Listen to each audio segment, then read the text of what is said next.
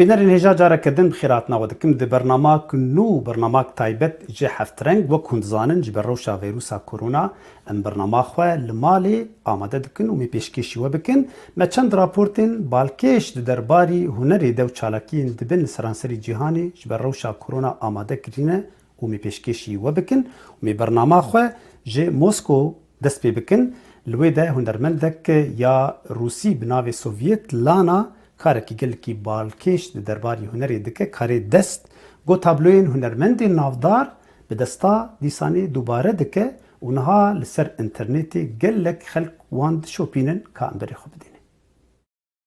سۆڤێتلانە خەڵکی مۆسکۆ لە دەمێکدا گۆشەگیر بووە دەمپایەکی دەستچنی بە یەکێک لە دۆستەکانی نیشاندا کە دوایی پێشنیاری پێکرد لەسەر فەیسبوک وەک هونەری گۆشەگیری بە خەڵکی نیشان بدات. Я открыла шкаф и начала доставать оттуда вещи. لە ماڵ چاوم لە جلوبەرگەکانم کرد کە ڕەنگەکانی یەکتریان دەگرتەوە. ئەو کاتە هونەرەکەم خۆڵقاند تۆمارم نەکرد چونکە نەمدەزانی سەرکەوتوو دەبێت بەڵام ئێستا شتەکانم جیا کردوتەوە و خستومەتە ناو جێگای نووستن و شەوانە لەسەری دەخەوم. ئەو خانمە وێنەی لەو بەرهەمانە هەڵگرت و خستێ سەر فەیسبوک و دڵگەرمیدا بە ئەندامان کە بەرهەمەکانی ناسراوی هونەری لە ماڵ سەر لە نوێ بەرهەم بێننەوە. خانمێکی تر کە تابلۆی مۆنالیزا سەر لە نوێ دەخۆڵقێنێت گەنمی ڕەش لەپە لوبیا و بەرهەمەکانی دیکەی بەکارهێنا.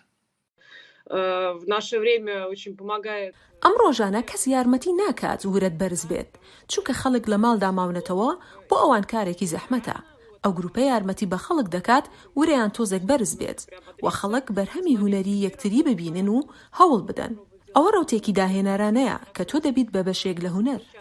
ئەم گروپەی فەیسبوک بە زمانی ڕووسی زیاتر لە 300,000 ئەندامی هەیە و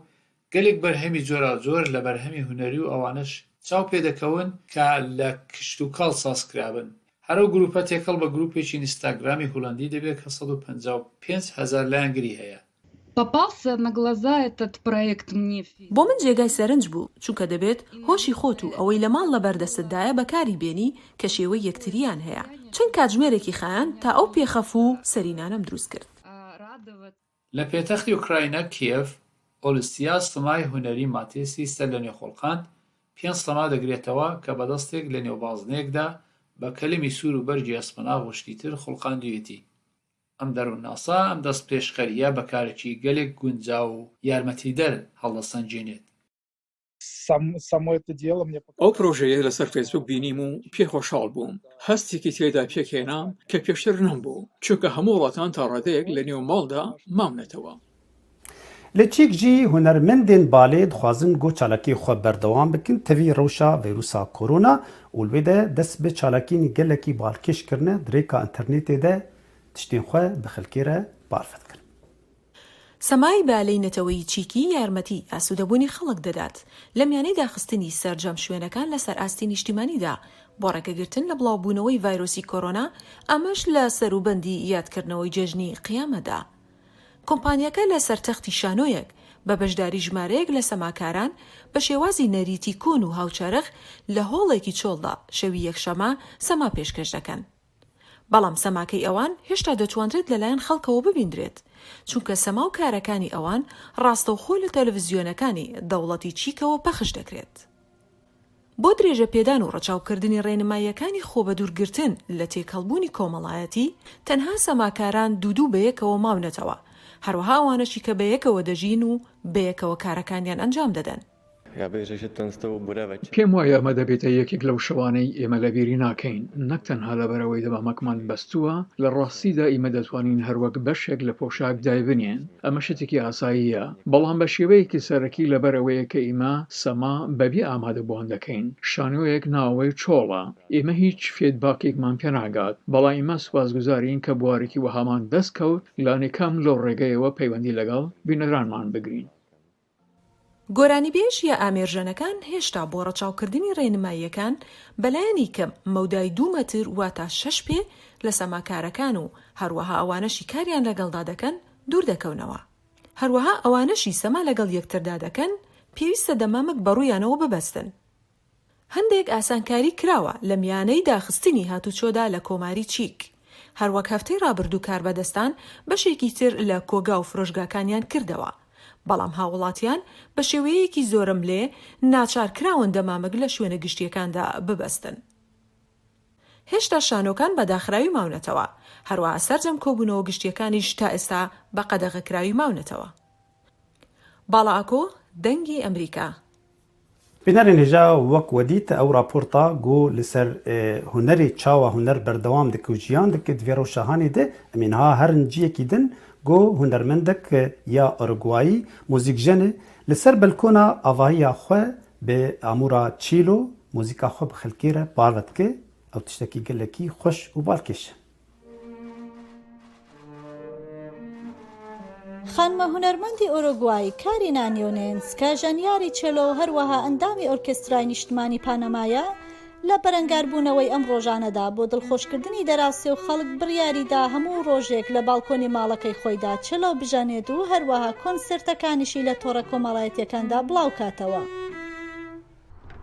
ڕۆژی یەکەم ئەوان فەرمانیاندا بە پاراستنی مەودای کۆمەڵایەتی و کەرنتێنەکردن. من هاتمەوە بۆ ماڵەوە و چەلۆکەی خۆمم بۆ یەکەم جار دوای 8 ساڵ دەرهێنا و بردمە بالکۆنەکەی ماڵەکەمەوە و لەوێ دەستم بە ژەنینی مۆسیقای باخ کرد.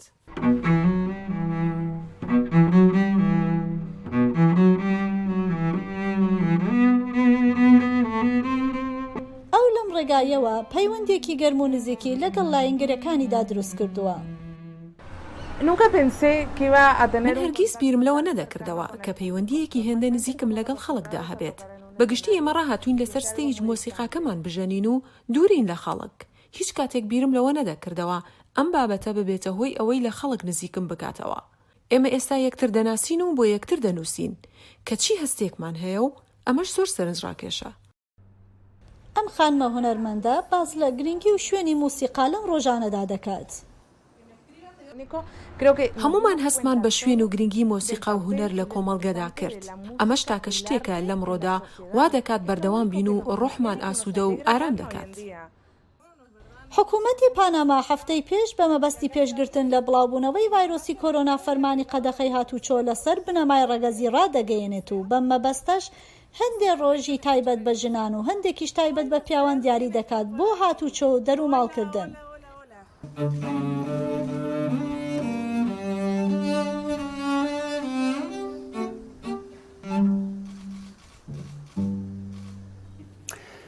بینەرین هێژا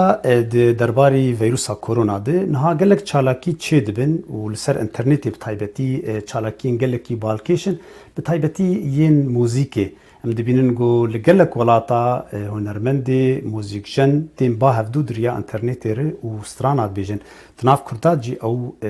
tişta dibe niha li ser internetê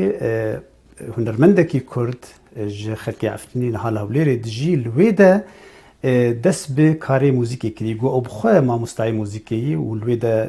dersê mûzîkê dide lê niha ji ber rewşa korona dest bi karekê dinê kirî şagirtên wî yê gol Helebê bû û yên li Hewlêrê bi hevdû riwandîn ba hevdû û strana bi hevdûrê li ser ya internetê lê dixînin.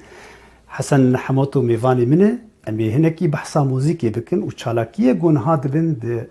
rewşa korona de ڤایرۆسا کۆرۆنا û ya dinê jî giringiya mûzîkê di nav malê de çawa yek kare fêdî ji vê derfetê bike got malê de ne tevaya xelkê karin berhemên baş bi hevdû par vekin û dilxweşiyekê bidin xelkê.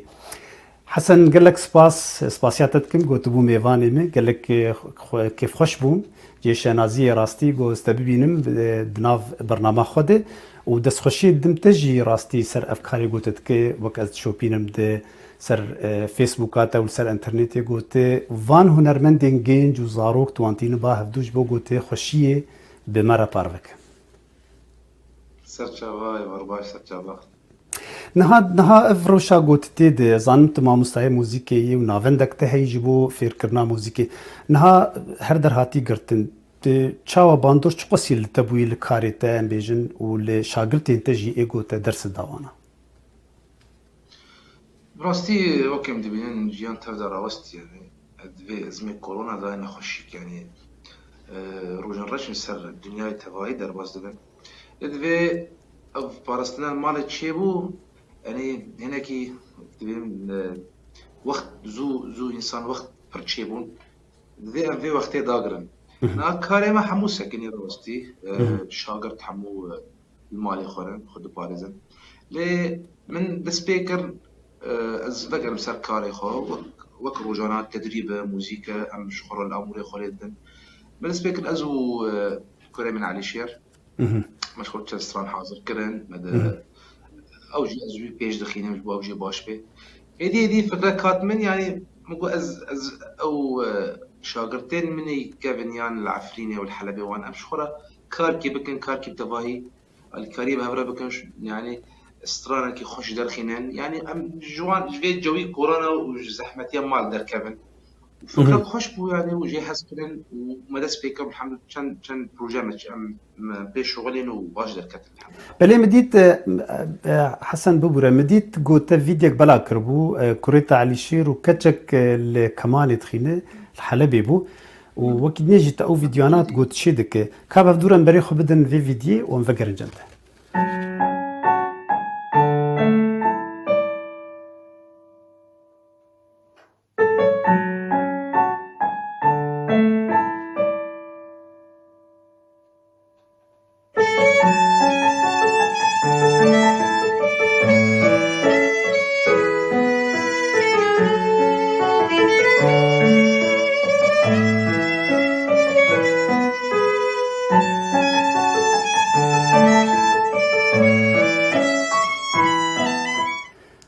بله حسن راسي تشتكي قال لك خوش بالكيش جو جد جيه جغرافي دوري هفدو انزان دروشك نهاد كو انترنت جيتني وزور زحمتي هنا تهردو اني نبا هفدو باوايكي قال لك خوش ونازك موزيكي بهفدو لي تخينن تشاوا في تشتادك خوازم هناك ناز بكم ت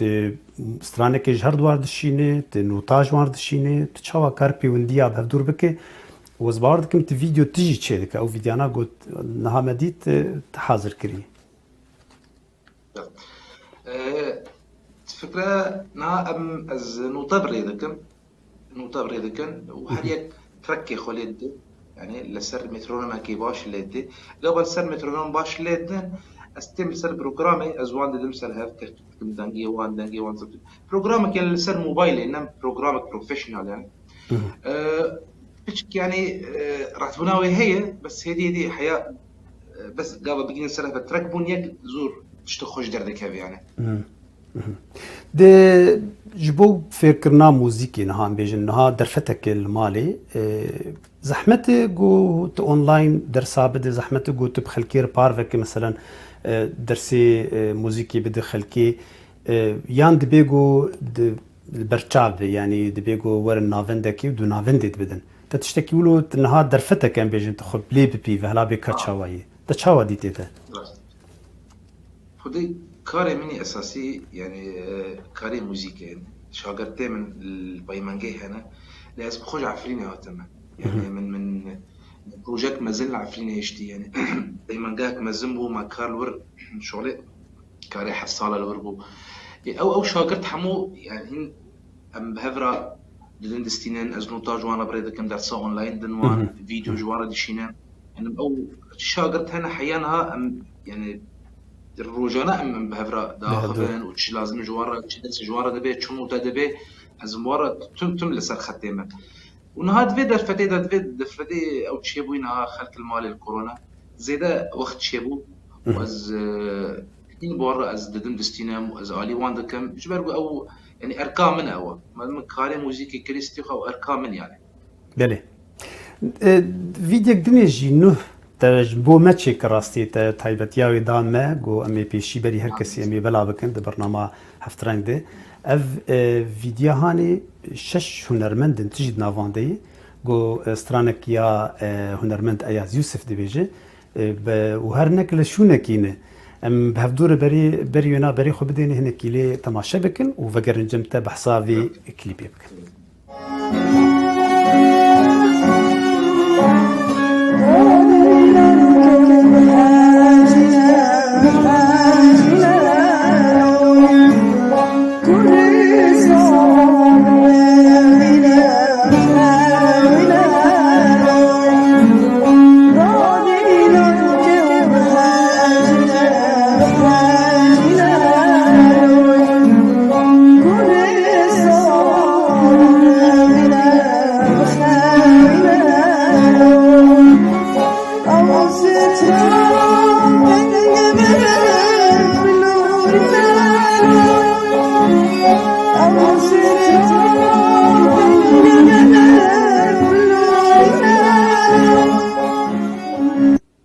بله اف استرانا ایاز یوسفه هر کسی ناز دک راستی تایبت مندیه کوی هی گو نزیکی دما بهاری اتخوازم ناز بکم تا چما اف استرانا نقاندیه اف استرانا بری شاگرد دزانی بون یان تنه جوار شاندیه و چاوا کارن به دوره یعنی هر نکل درکی وقت مدید استرانجی تی گوتن مگو شش حبن لی پنج حب درکتن چاوا به دوره تا اف درست کری تخوازم یعنی جبر گو راستی از وقت فهم دکم از خلکی ویدمه زانم گو زحمتی گلکی هنه تا چاوا کاری بوان بگین بر هفدو و کارم به هفدور عین تونه عین تشتکی وقت بیجه لچوالات دنیای او تشتاد راستی من بسبيكج برستران حزكم خذ رحمه خالك هيك نربندي نازل هياز يوسف استران برخش استراتيجي يعني نابي وخش دادي لاندكي بهجين يعني استران برد بردلي مربوهان نهار بسبيك استرانا وكاريما از تركي وان نوتد نفسينم نوت استرانا حمو از نفسينم حر ترككي تجويتي خوستن ليده ما بسبيكم برتمه بايقاع رتمو وبيانو بسبيكم ازوي تركي دم يكم هنرمن دم حمول وقشها بلادكم حريك لسر توني ولا سر رتمه كاري خدكي وجي تخستن ليده اجي بشرت وان فيديو حمو كوم دكن لسر بروجرامي وبشكي يعني زحمتي بر والله يعني شغلي 6 ساعات حياه وترك ورا نسرهب ودنق بيكبن وكسر هف درباس نابي الداوي خوش قدرت كافي يعني انا تشتي خوشتي يعني قابا رتم يكبي شغل باش درت كافي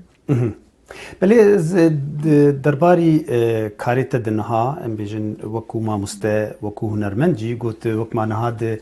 هنک ویدیو دیت بزارو که خور المال ده موزیک چه دکه تو انفیر دکه و کریت علی شیر مکاری دیتی راستی گله که خوشک الموزیک ده هیوی دارم گو پاشروجه گله که پاشیر هبن جبوت چت خوازه وک ما مستاکی تش خلکیر بیجن ها گو خلک پرانیا خلکید مال دنه چه کارن بدن زاروکی خواه موزیک چاوا کار به بشک جیانوان گرینگیا موزیک چی اگر از بیجم جبو درفتک نها گو انا پرانیا خلکی مالینه زاروکی خورانه چاوا کار نقطه خود درواز بکن رین هنه گو کار بن بستینن جبو گو زاروکی خواه مجولی موزیکی بکن و تشتی بر همی خوشک جمره پیشکش بکن راستی ما مستلقمان باندورا موزیک اللي سر زاروكا بتايبتي زور مزنا خوش يعني حيا لسر تربيه وين فرق لك يعني جداليه وهي نها لما لنا يعني يوتيوب يعني والانترنت هي كان انها مساله او بجرب عربي تذوق موسيقي زانن جسترانا بيبيسن يعني نكبن بن بيش وانستراني نخش استراني بيت عن بيت فايده استراني ما كردي موسيقى ما كردي فلكلورا ما برتشتو خشتي لهنا انا حرب بعض جيتي خوستن دفي زاروكي وان ناس بكن محمد عرب زراوي كيه جميل هورو كيه محمد عبدجو كيه قويس اغا كيه حسن الجزري كيه يعني روجي لسر يوتيوب يعني جوجل نافي ودرخينا معلوماتنا السروي درخينا ناس بكن ديسا سري وزاروكنا دمينه ما امجي ملتك كنت ام بتشاندا خا بكولتورا خا امانه حيانا بزماني خو فتشتدي كاربن يعني او يا اي موسيقى دخنه بردوامك يعني المشكله موسيقى بقابه تراوستي انسان يعني جبير لك دفيتم بردوامي هبه موزيك تشتكي زور جرينج مال ده دفي حرزاروك كان به يعني حجر قول الامور كلي نده جهدار بك جهداربانك باجي دركبه بله قالك سباس راستي هنرمند حسن حموتو تمر ابو جهولري اف وقتاغو تدامه ودسخوشي ددن كارته برهمنته وهنراته او كساني جو بترجي بشتار دبن و بتر الي كارن في دارم جو ام بروجي باشتر ببينن د پاشروجي ده وبرهمته وقتلو خلقين بياني برهمي خود مر بار وردكن ام جي ستراني كردي د ريا انترنيتير د اف دما استنگ د دما فيروسا كورونا ام خلقيره بار وكن هر شاد بن و امي بله هلی بینرین هجا ام به داگیاشتن داویا ویهت ببینه به هنرمند حسن حموتوره ام جارگنی ورن جموه به هفدور برنامه خواه بردوام بکن.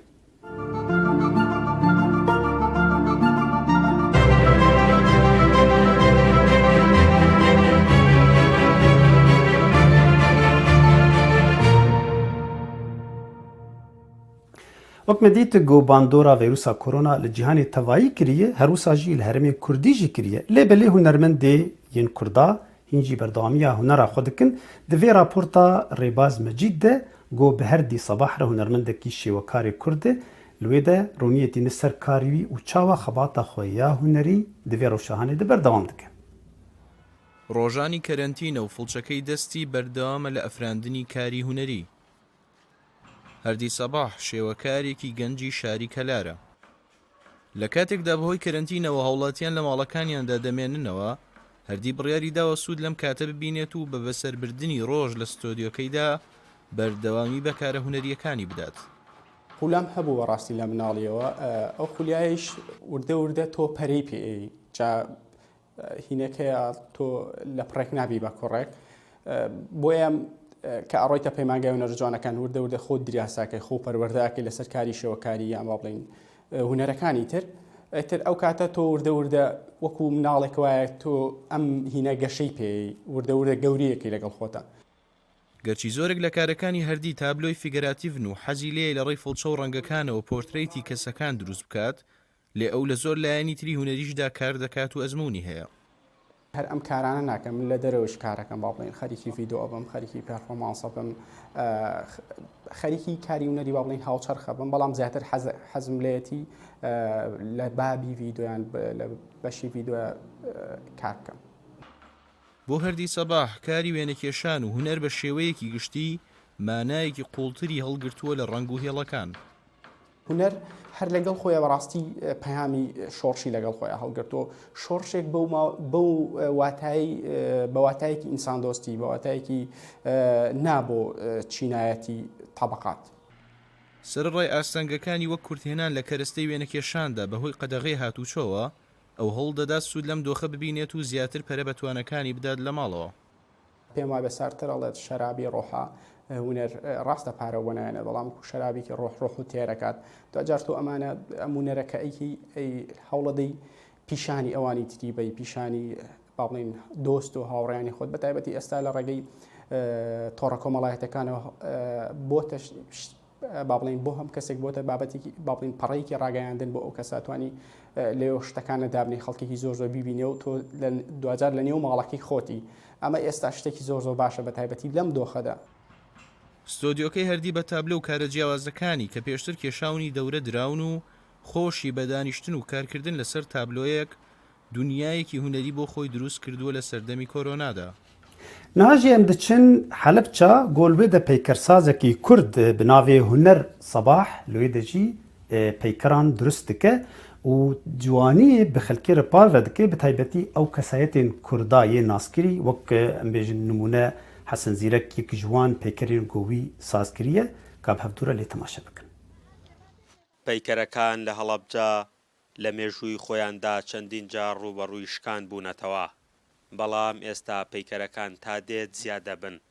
شوێنی تایبەتیشیان بۆ دیاری دەکرێت. هونەر ساحیب پەیکەرسازێکی هەڵەبجەیە ڕۆژانە لە ڕێگەی پەیمانگایەکەوە هونەری پەیکەرسازی دەڵێتەوە. لە لقی پەیکەرسازی دەرسەڵێمەوە خۆشترین کاتەکانی ژیانم ئەو کاتانە کە لەگەڵ خوێندکارەکانمان لە قاعەکانە کارکردن لە بواری پەیکەرسازی زیاتر خاڵیکردنەوەی خۆتە تا ئەوەندەی کە بتەوێت پرۆژەیەکی گەورە دانیت و لەسەر شەقامێکەوانە زۆر جار ئەو خەیاڵانەی خۆ ئەو شتانەی کە تایبەت لە کاتی بێتاقەتی وانە زۆر ئاسانتر ڕۆیانەکەیتە سەر قوڕەکە و سەر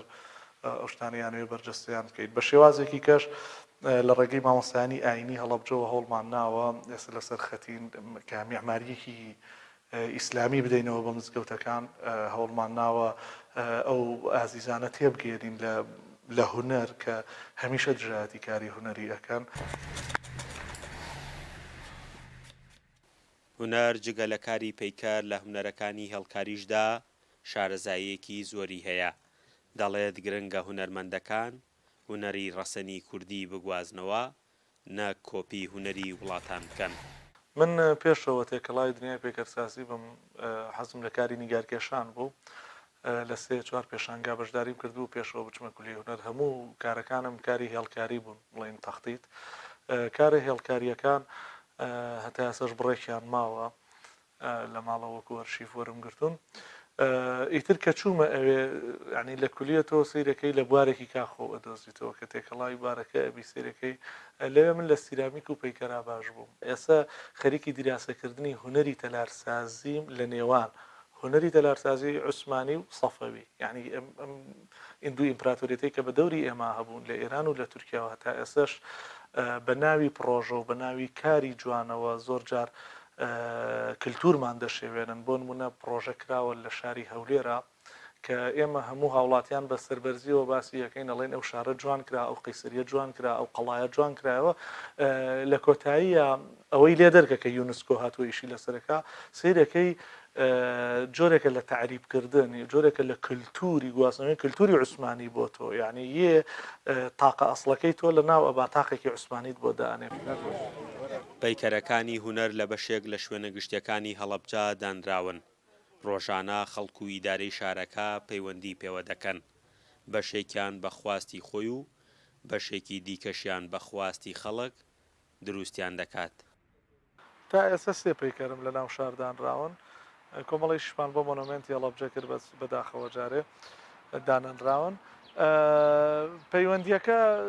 ڕەبتی نییە زۆر جار بە پەیوەندیەوە جاری وا هەیە پەیکەرساز دوو جۆر ئیشکردنی هەیە جۆرێکیان ئەو هونەرەیە کە خۆی ئەیەوێ جۆرێکیان ئەو هونەرەیە کە خەڵک ئەیەوێ ینی من قەت نهاتم بڵێمەوە فەنی تیجاریە ئەوە واو یعنی بکەومە تەکفیرکردنی هونەرەکانی کە هونەر ساحێب ساڵی 1984 لە هەورامان لەدایک بووە مامۆستای بەشی پەیکەرسازیە لە پەیمانگای هونەر جوانەکانی هەڵەبجا تا ئێستا 3 پەیکەری لە هەڵەبجا دانراوە لە چەندین پێشەنگای هونەریشدا بەشداری کردووە بینەرێن هێژا لەوێ دەمگشتنداویە بەرناما خۆ حەیانی بەرناماک دنێ شاد و بەختەوەر بن و لە ماڵێ خۆ بن های وەژوە هەبێ دووری ڤەیروسا کۆرونا بن هەر شاد بن